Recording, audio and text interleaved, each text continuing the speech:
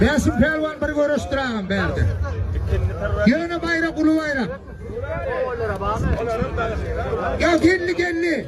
Gel hani beyli. Beyli pelvan. Gel Mehmet orta elim. Kusuktan durun. Atınmayın kut bayrak.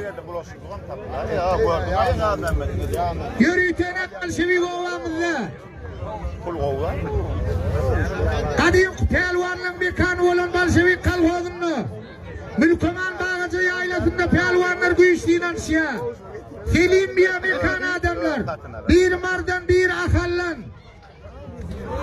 Koyun ona saksın.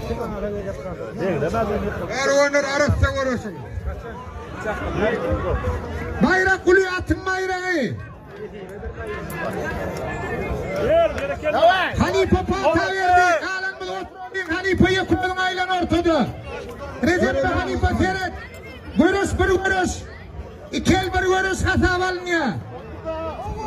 Hayır kella. Selimcan görüşü var. Orta. Kıra gitme. Orta. Dur. Hemen diyelim size. Dur. Hanife. İlleti gel. Siz orta. Yeni tıpkın Yaşına tıklar pervanlar. Yeniledim kutordudur Hanife. Dur deyfen var ha. Goroşun pervanlar. Ne ziptekidir bayrak.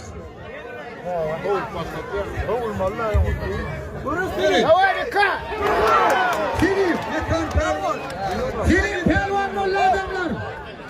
400 dolara Selim münasip bollu. Mekan pelvan 200 dolar. Gelir. Gel lan. Gölüm aydın. Mekan pelvan. Selim toy kutla. Şutayda durdu kutla toy. Ağamın toyunu kutla. Ağam toylar kutlu olsun. Mıdan başı kapağıyla toy dikkelene. Koşa var atına.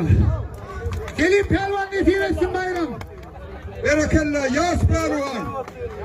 Selim pervan. Marvala.